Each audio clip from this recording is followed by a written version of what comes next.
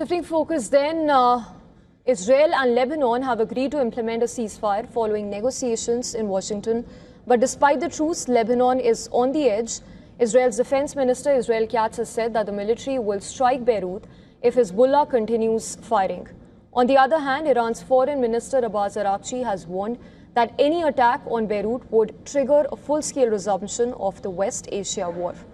WION's Ghadi Francis has sent us this ground report from Beirut's southern suburb, which is an area that's been repeatedly targeted by Israeli forces.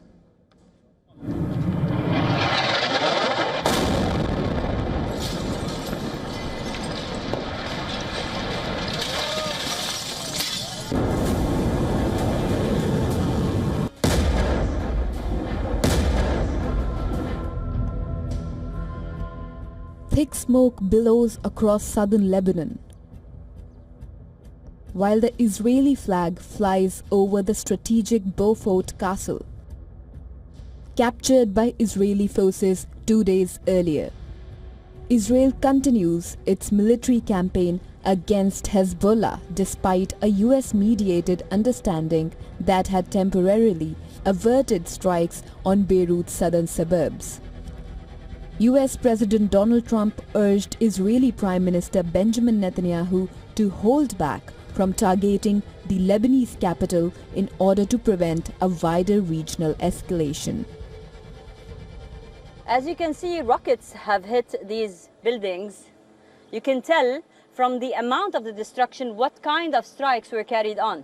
According to the reports, around 300,000 Lebanese homes were destroyed in the past 3 years. Most of these have been destroyed while it was linked a ceasefire. So in the times of ceasefire, around 60,000 Lebanese homes were destroyed in 2024 and 2025. And in 2026, around 60,000 homes were destroyed by the Israeli strikes.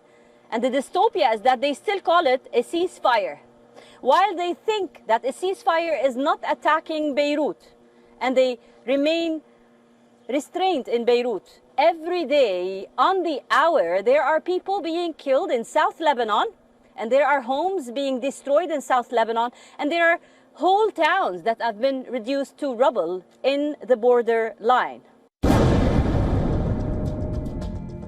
Under the understanding announced earlier this week, Hezbollah agreed to halt cross-border attacks, while Israel stepped back from threatened strikes on Hezbollah strongholds in Beirut. But the apparent de-escalation has done little to calm fears in Lebanon, where Israel has vowed to press ahead with operations in the south. Geneva Conventions and international humanitarian law state the implementation and preservation of safe passages to these villages. This is a main demand today, which we should be aware of and demand. Klea village is deeply saddened by the hit on the son of the town, the doctor and his 2 children who are university students, while they were on the road, returning from their university exams. The tragedy that hit us is a tragedy that really hurts, but we understand that during war the intended is targeted. God willing, we are preserving our presence here. We preserved our presence here only to preserve our land, homes, and honor.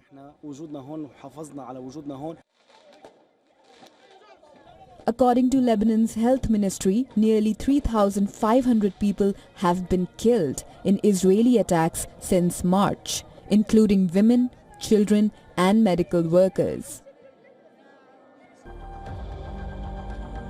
Israel has since launched its deepest incursion into Lebanon in more than 2 decades, while Hezbollah has responded with missiles and drone attacks.